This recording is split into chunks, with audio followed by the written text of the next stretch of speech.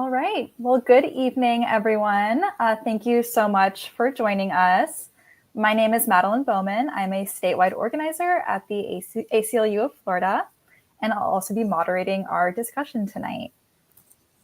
Florida is on the freedom frontline, from government censorship and near total abortion bans to limiting access to the ballot box and discriminatory laws against immigrants in the LGBTQ plus community. The Florida legislature has interfered with our freedoms for years.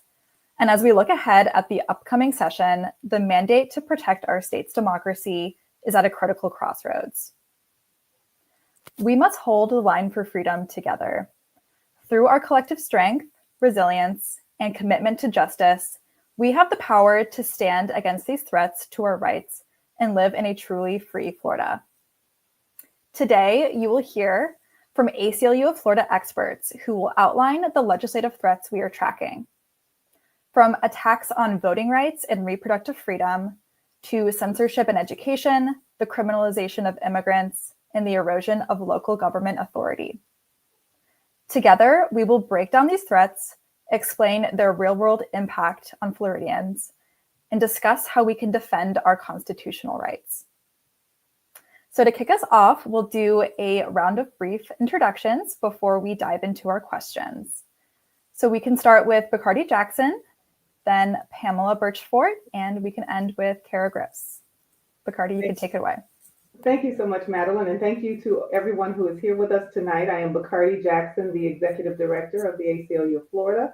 I have been with the ACLU for just under a year, and previously was with the Southern Poverty Law Center doing children's rights work. So very excited to be here with our expert panel tonight. Good evening, everyone. I'm Pamela Birchford. I'm based out of Tallahassee, and I've been a fixture in the Florida Capitol for quite some time. I've had the opportunity and pleasure to work with ACLU Florida for a little over 15 years now. And we've done some great work together. I'm looking forward to the activity that we're going to gin up in the Florida Capitol this coming session. And I'll pass the mic over to Kara. Good evening, everyone. I'm Kara Gross, the Legislative Director and Senior Policy Counsel at the ACLU of Florida, and I have been at ACLU. This is my 9th year, so my 9th legislative session, and I am also based in Tallahassee. Perfect. Thank you all for those introductions, and we can jump into our questions for tonight. So to start us off, the 2025 legislative session is set to start next Tuesday, March 4th.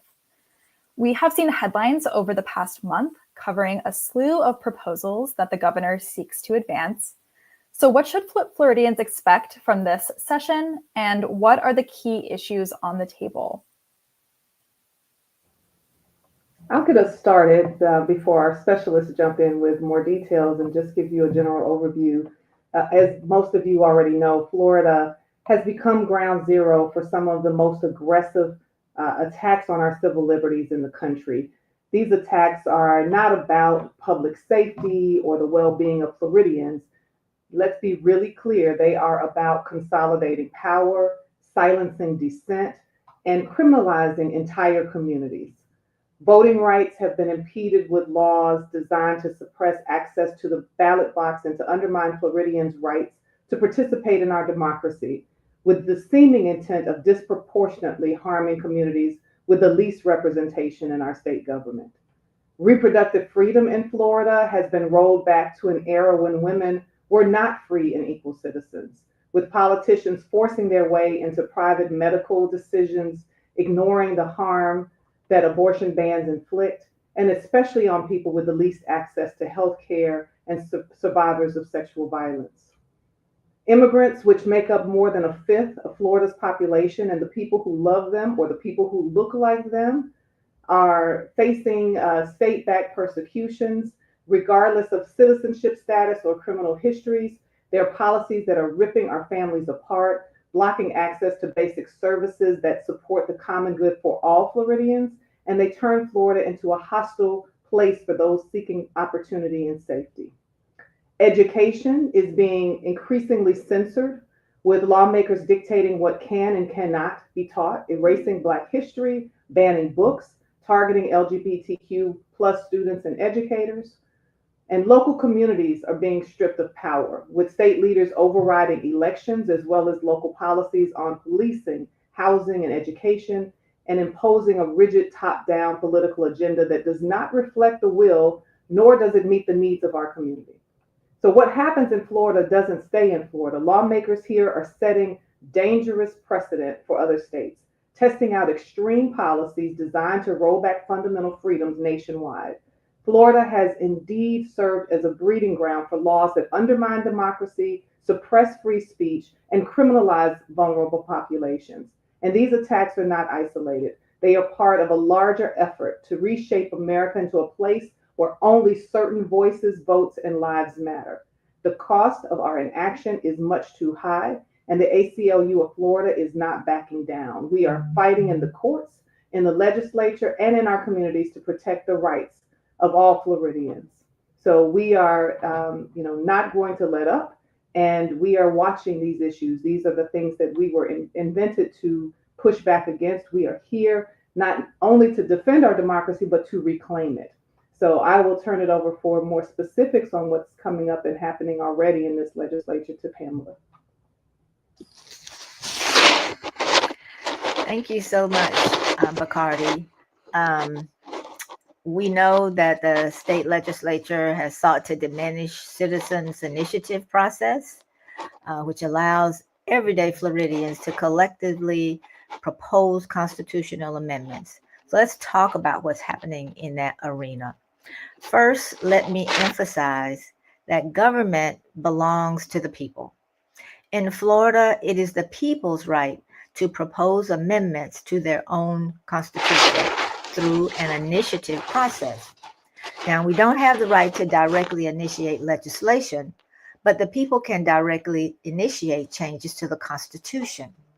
Florida citizens have been very successful in advancing change through the initiative process, such as raising the minimum wage, permitting the use of medical marijuana for certain health disorders, and of course, enacting the Sunshine Laws. Over the years, the legislature has chipped away at the process, making it more onerous and expensive by raising the threshold of votes needed to pass, modifying the amount of time a signature can remain valid, and mandating certain financial statements accompany the proposed amendment. The ability of citizens to engage their own constitution is the ultimate act of civic engagement, civic participation, if you will, and direct democracy. There's now a new bill that was filed just yesterday that, if passed, will impose greater burdens on the process. Kara, can you address some of the provision in this yet another effort by the legislature to grab power? Yes, absolutely. As Pamela just said, just yesterday with the start of session, just a few days away, the legislature filed bills gutting the citizens initiative process and making it harder for voters to register and to vote. These bills, which I'll discuss in a second, they will make it nearly impossible for voters to pass citizens-led constitutional amendments, and they do absolutely nothing to streamline the already onerous and burdensome process. They impose significant fines and criminal penalties on organizations that sponsor petitions, making it less likely that sponsors will want to put themselves out there and participate. These bills will have a chilling effect on our right to participate in our democratic process and will shut everyday Floridians out of the process for amending their own constitution. One of the bills that was filed is HB 1205, and we'll make sure that everybody has copies of these bill numbers we'll send an email after to everybody. This bill will gut the citizens initiative process. It requires amendment sponsors like Floridians Protecting Freedom, the sponsor of Amendment 4. It requires amendment sponsors to post an upfront $1 million bond with the Department of State in order to even start the process. This is a tremendous barrier for grassroots organizations to even begin the process, let alone the millions of dollars in donations that need to that need to be had in order to collect the petitions and educate the public around the amendment. The legislature is ensuring that only the most well-resourced individuals and sponsors will be able to even think about starting a citizen-led campaign. It bans individuals who have certain prior felony convictions from collecting or in any way handling or circulating petitions, even if they're just volunteering their time. And it creates a $50,000 fine for sponsors if it turns out that someone had handled a petition if they had a prior disqualifying felony. Similarly, it bans non-citizens from collecting or circulating petitions, even if they're just volunteering their time. And it requires that all petition circulators have to be Florida residents. And there was a companion bill filed to this as well, SB 1414. And this companion bill is 183 pages. It is a monster package of a voter suppression bill. And, it was filed last night. And again, legislative session starts on Tuesday. So not a lot of time for everybody to be able to read and review and analyze and talk to their legislators about what's in it. In a nutshell, it makes it harder to vote by mail. It makes it more likely that eligible voters will be removed from the rolls. It makes it more likely that signatures will be challenged. We are still analyzing it as it just dropped last night. But one particularly troubling provision that I'll mention is that it seems to allow at any stage of the Citizens Initiative process, even after the petition has been certified by the Secretary of State and after the Supreme Court review has affirmed the validity of the petition, for the Secretary of State to decertify the petition and rescind that certification. It also provides that any person can bring a civil action contesting the Citizens Initiative in a circuit court even after the fact. And as Pamela said, citizen-led amendments, they empower everyday citizens to pass policies that improve our lives and strengthen our communities. And what we're seeing is that politicians are rewriting the rules to keep the power in their hands rather than letting the people have a say in the vote. Thank you so much, everyone, for breaking down those anticipated threats and going through threats to the citizen-led initiative process. I know we also have lots of folks who are curious about what's next for the reproductive rights movement here in Florida. We saw that a few weeks ago, legislators filed a bill to repeal Florida's extreme abortion ban. After 57% of Floridians voted in November to limit government interference with abortion, what is that next step for the reproductive freedom movement? And do you expect that there will be further restrictions? Yeah, I'll talk about that a little bit. As everybody knows, in November, 57% of Floridians voted in favor of Amendment 4. This was a mandate to Florida leaders to end the state's near total abortion ban.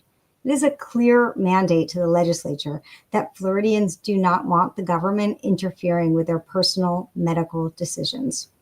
And while 57% of voters may not have been enough to meet the 60% threshold to amend the Constitution, it is absolutely enough to prove to this legislature that the majority of voters support access prior to viability.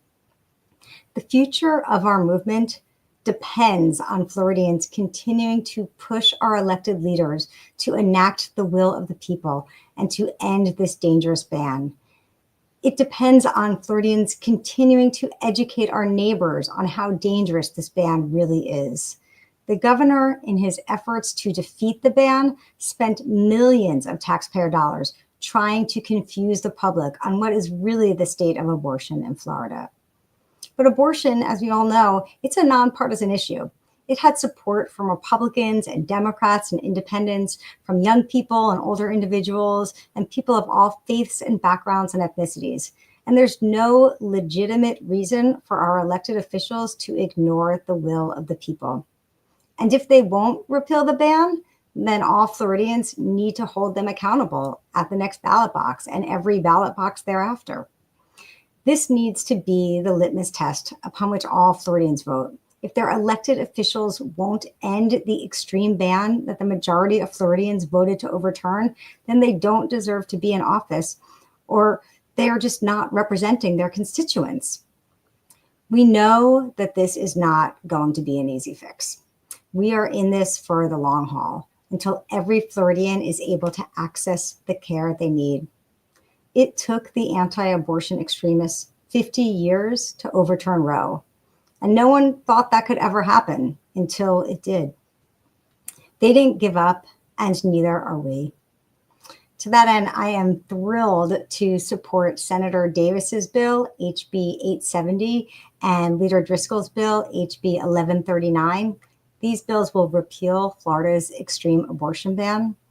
The bills are simple. They do one thing and one thing only. They end Florida's extreme abortion ban. And just like Amendment 4, they ensure that women are able to make their own healthcare decisions without governmental interference prior to viability. I'd like to take just a minute to talk about the reality of Florida's near total abortion ban and how bad it is, because there's a lot of confusion about the current ban. Florida's 6-week ban is actually pretty deceptive. It actually criminalizes abortion just 2 weeks after a missed period. So while they call it a 6-week ban, it's really just 2 weeks after a missed period. By the time a person misses their period, 4 of those 6 weeks have already passed. And that leaves just 2 weeks, just 14 days to access an abortion. And during that time frame, you're required to have 2 in-person doctor appointments, 24 hours apart, in order to have the care you need. And doctors, their offices aren't open on weekends. So that's just 10 days at most from the time you miss your period until the time you can access the care you need. And that is just simply not enough time. We must repeal this ban and put these decisions back in the hands of women and their doctors where they belong. Now, I know that this is sort of I know that it's frightening to think about more threats that could come. But if anyone thinks that they're going to stop at the 6-week ban, they're not. They are continuing to file bills that are going even further. One bill that I'll mention that was filed yesterday by Senator Grahl, who was the sponsor of the 6-week ban and has sponsored several other harmful bills impacting the freedom and liberty of pregnant women. She filed a bill, SB 1284, and she filed this bill last year as well. It would allow any ex-boyfriend or one-night stand or anyone who impregnates someone else, even if by sexual assault, to bring a civil lawsuit for money damages against a healthcare provider if a pregnant patient seeks lawful abortion care. So that's just an example of how much further they're willing to go in order to make it so that doctors aren't willing to provide the care that patients need because they will be fearful of having civil lawsuits for damages filed against them. And with that, I'll turn it over to everyone else.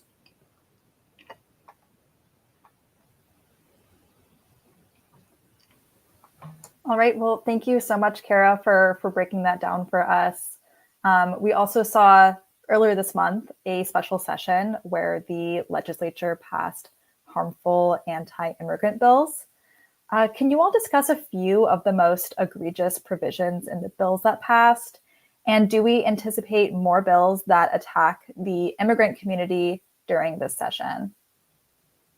Yeah, I'll get us started, but I'll leave it to Pamela and Kara to fill in the gaps.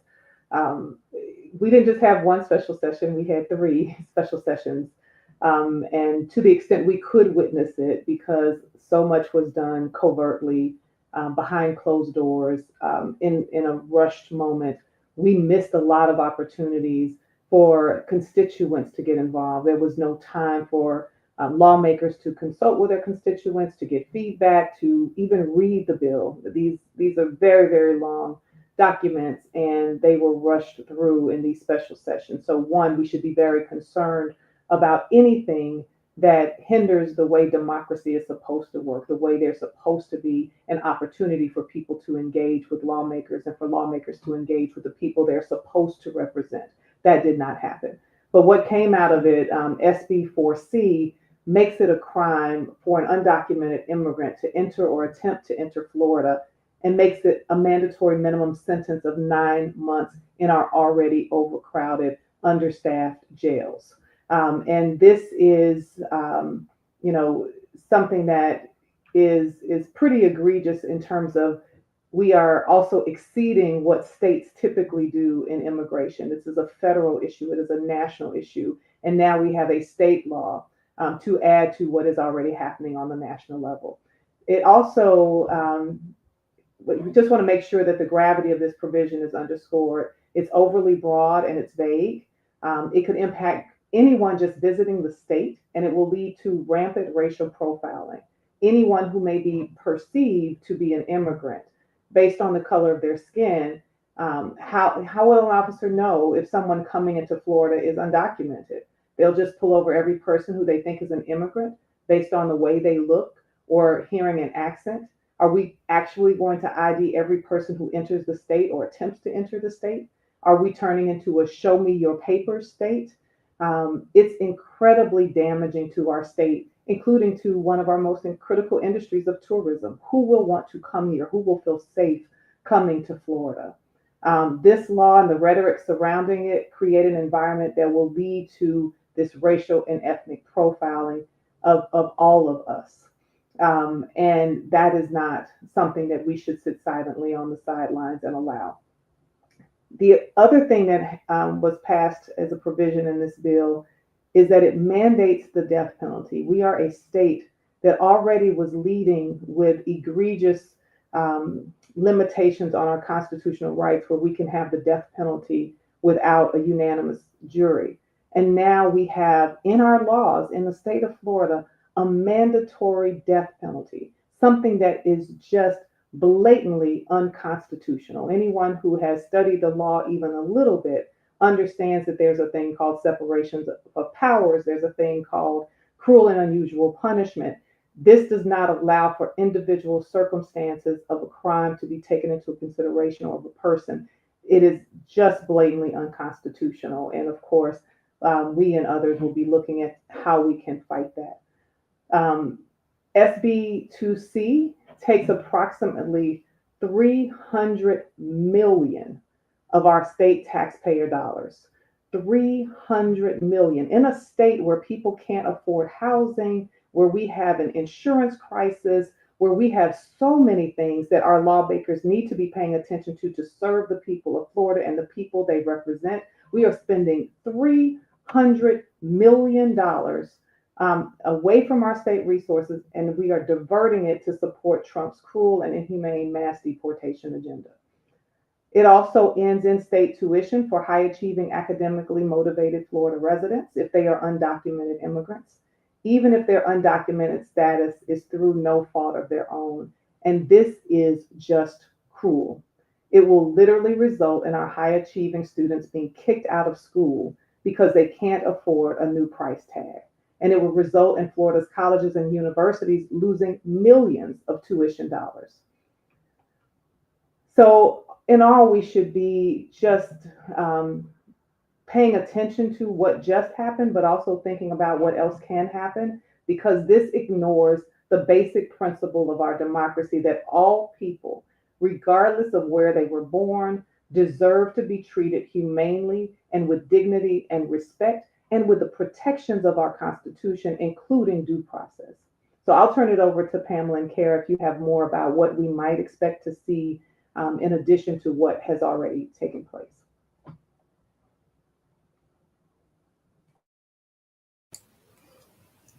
I can talk about a couple other things. We'd like to think that they just had these special sessions and they passed this massive anti-immigrant package bill, that they would have sort of been finished harming immigrants. Why would they have a special session and just have immigration if they were going to continue doing that throughout session? But that's not what we're seeing. We're continuing to see them file additional bills that are also harming our immigrant families, our immigrant communities. There's a bunch of different ones. One of them I'll just mention briefly, but HB 831, this is really a voting suppression bill, but in it, there's a provision in there that, is buried in it. There's a provision in there that requires that non-citizens have a capital N, capital C for non-citizen, have that on their state-issued ID. So it is requiring a sort of scarlet letter marker on state-issued IDs for non-citizens. And, it's really, it's hard to sort of underestimate the cruelty of what they're doing here. I mean, why should anybody who is not a citizen have to show an ID with an NC on it saying that they're a non-citizen every time they go to a restaurant and buy a drink, or every time they have to show their ID to any person for any reason? This is just more of the same dehumanizing rhetoric that we're seeing, and ostracizing our immigrant communities. And I'll turn over to Pamela if she has any other things. Thanks, Kara. I just really want to emphasize the importance of immigrants to our community. They are really a vital part of Florida. They represent more than a quarter of Florida's civilian workers. They take on roles mainly in agriculture, construction, and hospitality. But some are our teachers, they're preachers, they're business and community leaders, and they are a vital part of our schools, our colleges and universities, and our families. Florida is among a few states which each collect more than $1 billion, and that's billion with a B, in taxes from undocumented immigrants.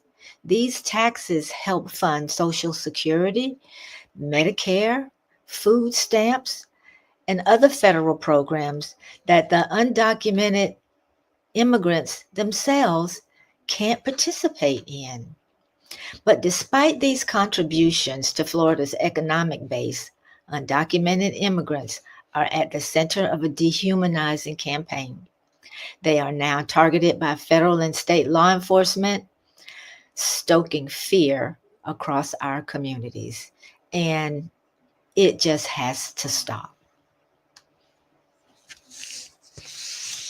Thank you so much for those comments. And I know we're going over lots of information right now. So for the folks that are watching, if you do have any questions as we're going through some of these anticipated threats, please drop those in the comments. We'll get to those questions once we wrap up the conversation. So we went over threats to voting rights, immigrant rights, as well as abortion rights. I do want to turn it over to our First Amendment space. We saw that last session, there were very troubling bills that became law in Florida, such as Senate Bill 266, an academic censorship law that seeks to broaden the impact of the Stop Woke Act. Do you think that we'll see additional threats to the First Amendment this year? Thanks, Madeline. I'll take that question. Censorship has been a recurring theme of recent legislative sessions. The misguided attack on DEI continues with a measure filed this year to prohibit funding DEI initiatives in medical institutions. And this comes at a time when health disparities and inequities, access to health care, and positive maternal health outcomes remain elusive in minority communities. A bill has been filed, House Bill 731, that prohibits healthcare-related licensing organizations from adopting and promoting DEI materials and training. Training is so very important to how we deliver healthcare in the state of Florida. So this effort alone does not promote and secure healthy outcomes for any Floridians. And then there's the Display of Flags bill. It's making an early return this year to a Senate committee agenda chaired by its sponsor. This measure continues to assault and attack our LGBTQ plus youth and educators. This measure has been filed and now is SB 100, attacks the First Amendment by banning the display of flags that express politically partisan, racial, sexual orientation, gender, or political ideology viewpoints by governmental entities. Now, that means you can't display just a flag. And I'm saying it's just a flag. Our LGBTQ plus community members, students, and teachers often look for signs, notions of what is considered a comfortable place to be, what is considered a safe place to be. So when you can see just a rainbow flag posted in a classroom, posted at the front of a school, it embraces individuals. It makes them feel comfortable. It makes them feel included and belonging. But this measure now authorizes current and retired U.S. Armed Forces or National Guard members to use reasonable force to prevent the disrespect or removal of a U.S. flag. So we can't display signs of comfort and inclusiveness. And then we have the ability for others to prevent the desecration and disrespect of a U.S. flag with reasonable force without even explaining what reasonable force is in this context. So a lot of harm comes from this element of censorship that continues to evade our legislative sessions year in and year out. I'll also add to that, in the committee hearing on this bill, it was really shocking. So the bill is very vague in its language and very broad, and it's hard to understand what actually is supposedly being regulated under it. There were questions in there about what is meant by flag, right? Does it have to be like an actual flag that you put on a flagpole? And it turns out that it could be the size of a sticker. It could be a kid's drawing that has a flag on it, right? So when you see a bill that talks about display of flags, people are thinking of, putting a flag out on the flagpole outside the school. But that's not what this bill is about. It prevents even if you had a kid that did, like, say a teacher did a assignment that, asked kids to, draw something that symbolizes their family, and somebody were to draw a rainbow flag. And then the teacher was going to hang up everybody's picture on the wall. They were going to display everybody's picture in the classroom. They would not be able to display that kid's picture because it had a picture of a flag on it. That's what this does. It's not just flags outside the school, it's flags inside, it's pictures of flags. This is the kind of thing, when you hear the rhetoric of the bill sponsors talk about these bills, they frame it in ways that sound somewhat reasonable. But then when you actually look at the language and then how it's going to be enforced and interpreted and the chilling effect it's going to have on government entities and teachers and municipalities, it's a totally different story. And that is what we see over and over again. It is this chilling effect of the legislation that they're passing, and it results in people, in businesses, in government self-censoring because they are concerned about the criminal penalties or civil fines in the legislation that they're passing. Yeah, and I just want to add to that because I think, it is really important for us to think about what our nation is built on and this notion of having the ability to have free speech. It is so important to who we are as a nation and the collective agreement that has come to represent what Americans are. And what we are doing is we are depriving our young people and people in every space, really, government space, but also other spaces, as you mentioned, Kara, because people self-censor beyond what the law says, from having civil discourse, from engaging with each other, from having conversations. And to tell our young people, to tell our educators, you are no longer able to facilitate discourse or people's expressions or children's questions or safe spaces or whatever the things are. This is just being legislated by politicians who have no background in education, who don't even know the depth of the harm they are doing. It takes for people who claim that they are for parents' rights. It takes the rights of parents away to put their children in a place where they can be exposed to a broad range of ideas, where they can debate freely and learn how to exist in spaces that aren't always about or made for them, and how to engage with people who are different from them. And so, as a mother, I can tell you I'm deeply offended that our legislators think they know more than we as parents or as our educators know about how to create a space for our children. I trust the teachers and the educators and the administrators far more than I trust any politician in Tallahassee to dictate what should and should not be in my child's classroom. Thank you so much for going over those bills and especially how they'll impact us on the ground. We've gone over, a lot of anticipated threats, what we think might happen to our civil liberties here in Florida. Now I want to turn to how Floridians can get involved and how we can resist these attacks to our civil liberties. So I'll go ahead and just go over some events we have coming up that folks might be interested in on this call. And then I can turn it back to you all to explain a little bit more about how people can get involved this session. So this year, we are happy to announce we'll have a 2025 Legislative Session Hub on our website. This will be a great resource for people who want to learn more about interacting with their legislators, how to track bills, and basically just how to keep it plugged in during legislative session. So if you do have questions about the process, this will be a great place to consult as we move into a very chaotic time for the next couple months. We'll also be hosting legislative session town halls that will begin March 20th.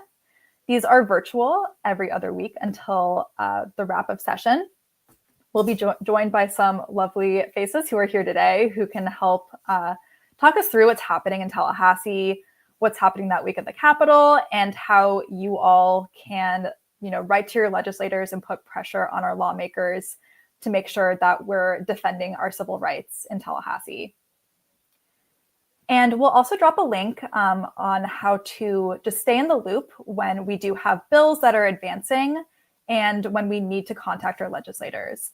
So you can sign up on our Mobilize page for our legislative alerts, and you'll receive text messages and emails when we do have certain bills that we need your help on.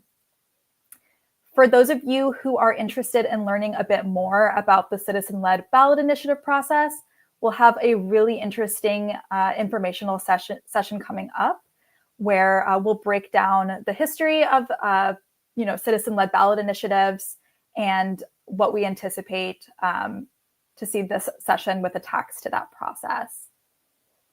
And then finally, we will have a relational organizing training. This is great for people who are just wanting to learn more about how to talk to your family, your friends, your neighbors about these issues. I know it can be challenging, especially when we don't agree, especially with family and loved ones on the same issues.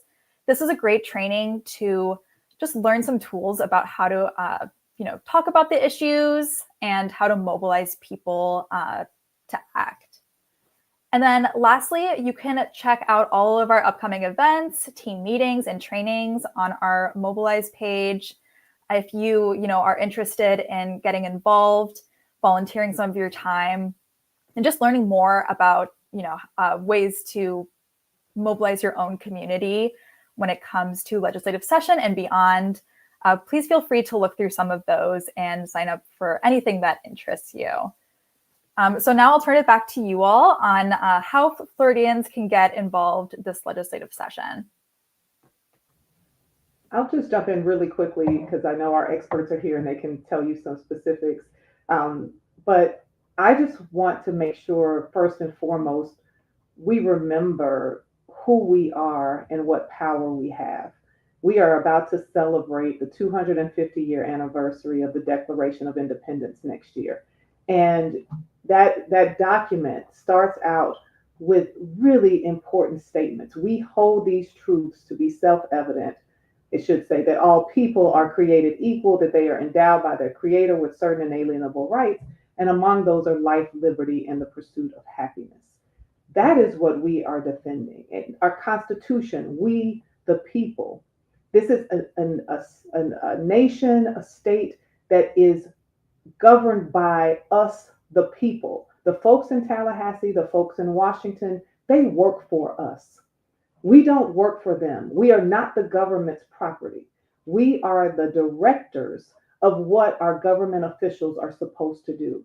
And so the first thing that I hope everybody who's listening and everyone in your networks knows and understands, in order to protect our rights, we have to remember our power and our authority. And our authority is to give directions to the people who work for us. So please don't sit on the sideline and own your power. We have to reclaim the documents that form this nation. We have to reclaim our democracy. We have to reclaim our Constitution. And we cannot let anyone try to take that power or that authority away from us. Bacardi, that was such a great reminder. This is all about the people, the citizens, and we own our government.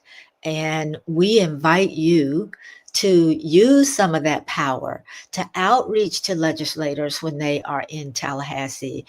We've talked to you tonight about some very troubling bills. And we're going to do our part when we're in Tallahassee, when we're in the Capitol, but we have to have you. We have to have you, the people, participate as well. You elected these representatives, and so you actually have an open door to reach out to them. At this moment in time, it is still easy to find information about your legislators. That may not be the case for very long, but for right now, you can reach out to your legislators.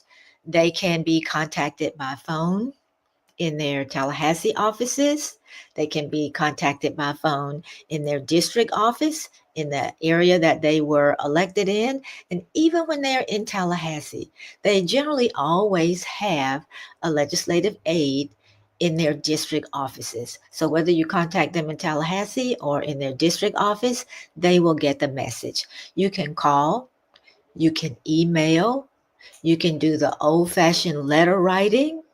You can do petitions and gather up signatures from your community, from your women's clubs and your men's club and your golf team, and express the way you feel to legislators.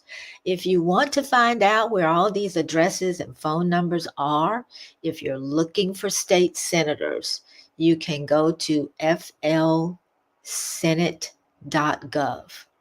If you're looking for members of the House of Representatives, you can go to flhouse.gov and find the contact information for all the elected legislators. I will also invite you to continue to log in to the ACLU website. We will have much information there for you to follow. Many alerts there for you to follow. And don't be surprised if someone from our field team reaches out via text to you to ask you to join us in some of the activities that we're doing. We have to have the people. The legislators have to know how you feel, because if you don't express yourself to them, they believe that they own government and that they own the right to legislate, but they should be doing it on your behalf and to enhance you and advance your communities. Thank you, Pamela. And I will just add also, in addition to all of those great things and following us on Twitter and Blue Sky and our social media and signing up for our emails, things you can do right now, tonight, when you get off this Zoom, we talked about some of those bill numbers. They are really bad. They just dropped yesterday. So please, please, please contact your elected representative. If you don't know who they are, Pamela mentioned the website you can go to. You just plug in your address. You'll find out exactly who your representative is. And your representative wants to hear from you, right? You're their constituent. So you're important to them because you vote for them. So it's important that you reach out to your representative and also everyone in your network, all of your neighbors, like whatever you learned here today, whatever you're going to learn here through all of the when you join with our emails and on Facebook and when you follow us on Twitter, you have this information. So that is amazing. And please just share it with everybody around you, because the more people that are contacting their representatives, the more they'll have to listen to you. So yes, please, on the bills that we talked about, please urge your representative to not hear those bills, urge your senator to not hear those bills in committee. And if you have a representative or if you have a senator that is good on some of these bills, then thank them. I mean, it's hard to be up here in Tallahassee and to be fighting for civil rights and civil liberties. Your representatives who are champions, who are doing the good fight here, it's lonely here. So it's great for them to hear from you also, and just to let them know that, you think they're doing a great job and they're representing you, because they don't get a lot of that in Tallahassee. So I encourage that too. Thank you. Thank you all so much for going over some strategies to get involved this legislative session. That concludes our question and answer portion of this. So I do want to turn it over to all the folks we have on our stream right now for any questions, and we can hopefully address some of those.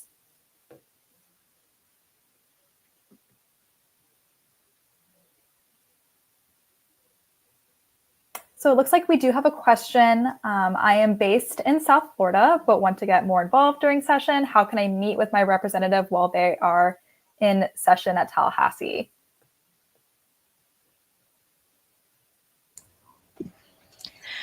That's the time to find that phone number, find that email address, and reach out to that legislator in their Tallahassee office. Like I said, someone is there all the time. They'll be able to respond. They should know what these bills are. So it doesn't matter where you're located in Tallahassee or in South Florida. You'll always be able to reach a legislator.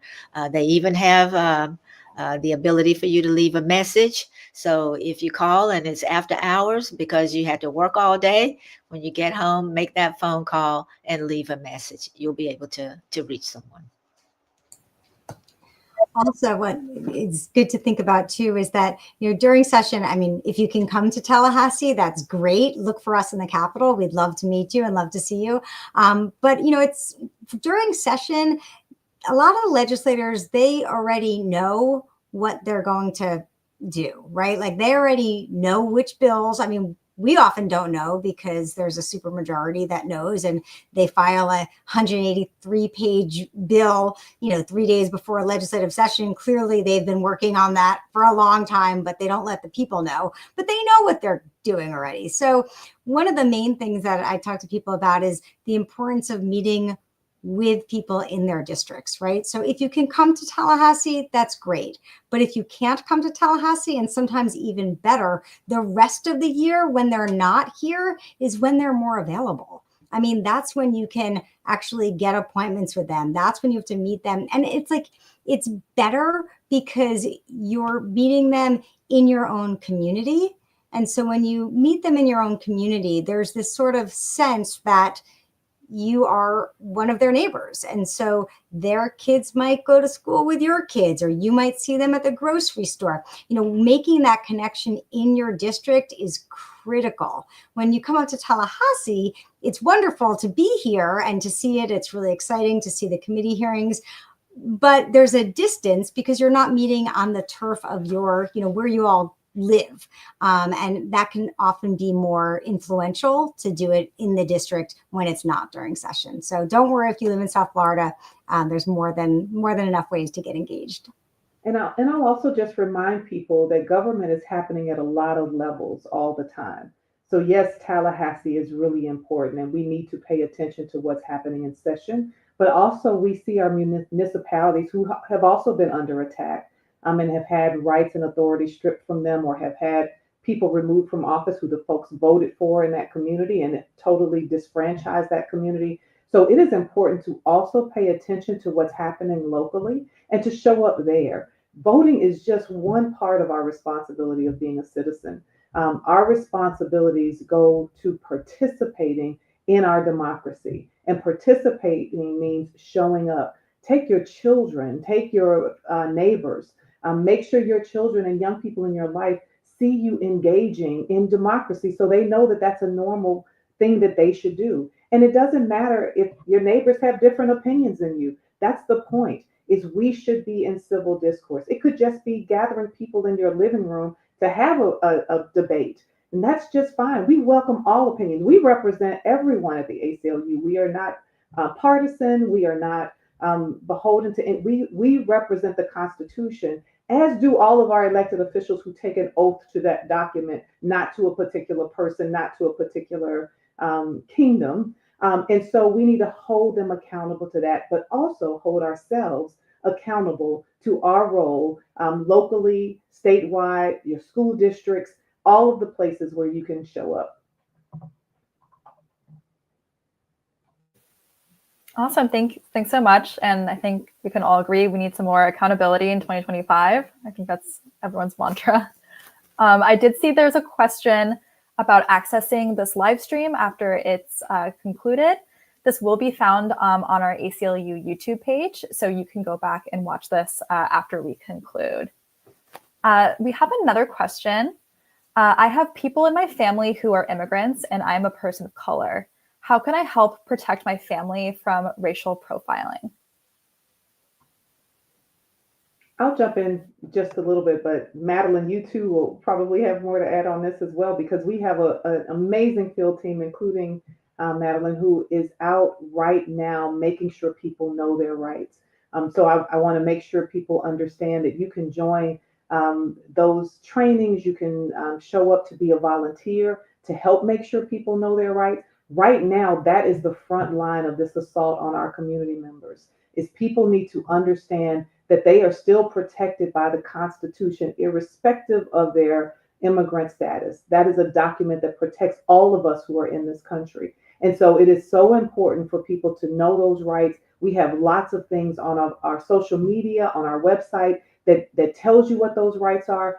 Also pay attention to what's happening in the news. You may have just seen this past weekend in Gaston County, we saw people being pulled over and racially profiled. 85% of the people they pulled over were not the undocumented immigrants they claimed to be looking for, but they're pulling people over for any reason. If you have air fresheners hanging from your mirrors, if you have decals on your windows, if your radio is too loud. So don't give people a reason to pull you over, because this racial profiling is dangerous for all of us. And we have to pay attention and not think that this is something that's just happening to somebody else. Or if I have papers, if I was born in this country, I'm safe. You're not. We represent a man right now who was born in this country, born in Philadelphia, spent 10 years in Florida, and was days from being deported to a country he had never visited after spending weeks in ICE custody. If you go to ICE custody, the presumption is not that you're entitled to a lawyer. And so we know, I'm a mother with Black children, and I understand the dangers every time my children have to interact with law enforcement. And so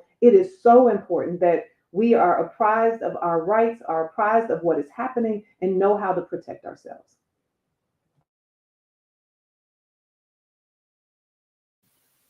Thanks so much, Bacardi. And to that point, we will be hosting Know Your Rights trainings every other week.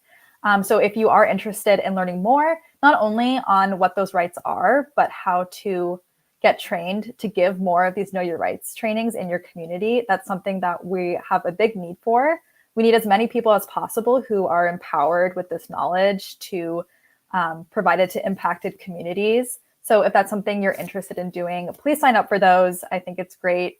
If you have, zero knowledge of, the constitutional rights here in Florida, or if you are more experienced, I think you can learn something from it. So I would really urge you to attend those as well. we have another question. What can we do to help support people who can't get abortion care here in Florida because of the extreme abortion ban? I'll take that. Well, one of the things I want to say is we see over and over again that people don't even know about the abortion ban until they go to get an abortion. We just are constantly hearing stories like that from providers. And so, just on the front end, like one of the first things that we can all do is just helping to talk about abortion and talk about what is happening in Florida and the current ban, making sure people understand where we are in Florida right now. Because if people understand how extreme the ban is, they'll be able to know that they need to immediately check and see if they are pregnant. Everybody should be having pregnancy tests in their cabinet, in their medicine cabinet all the time. We should be having them for friends and family. We should be giving those out to everybody we know. There's things on the front end we can do to sort of try and help, and that is a lot of education. Once you know that somebody is in need of an abortion, if it's within the 6-week time period, which we've talked about, that's a tight time frame, but trying to help them access the care they need within that time frame. So there's tons of resources about clinics and about Planned Parenthood and private abortion clinics that are providing safe and legal abortion, and helping people find those resources is incredibly helpful. And there's also abortion funds, and there's abortion funds that you can support that help individuals with location services, trying to help them if they need to go out of state because they are too late, and Florida is no longer an opportunity for them. Yeah, one of those, I think one of the largest is the Women's Emergency Network. And I do want to just mention that people should be careful and make sure that your loved ones are getting the proper information. There are these crisis pregnancy centers that mislead people, that lie to them, that misdiagnose them, that tell them that they're past the time period when they're not really. So it is really important for people to research wherever they are seeking health care and make sure that what they are seeking is a genuine and legitimate facility that can provide that abortion care. And then if you have missed that 2-week window, that very tiny window that makes us a near total abortion ban state, look for the ways and the resources out there that can help people get to another state. Maybe you need to drive them to another state. It is so important that we are not making women less than equal citizens, and women need to have access to health care. So all of us have to come together to provide it.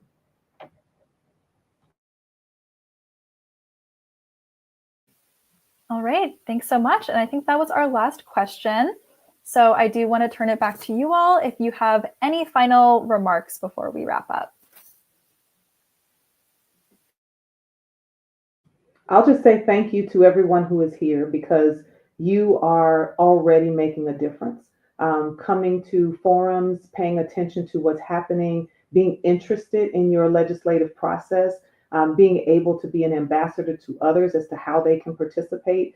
All of those are the things that will and have made a difference as we protect and reclaim our democracy. So thank you so much. And I really, really appreciate Madeline, you being such an amazing moderator and being in space with these incredible legislative advocates, Pamela and Kara. I just wanted to thank everybody for being here. And, this is, it's a lot, and we're all in this together, and we're not going anywhere. We're going to be doing this year after year until everybody has their freedoms and their liberties. And this is a tough time, but we are here fighting, and we are so grateful for you for being here with us. So thank you. Thank you so much for being here, joining us. I want to invite you to become a member of the ACLU so you can be our partner all the time, every day, because we need you. But thank you for being a civil liberties warrior.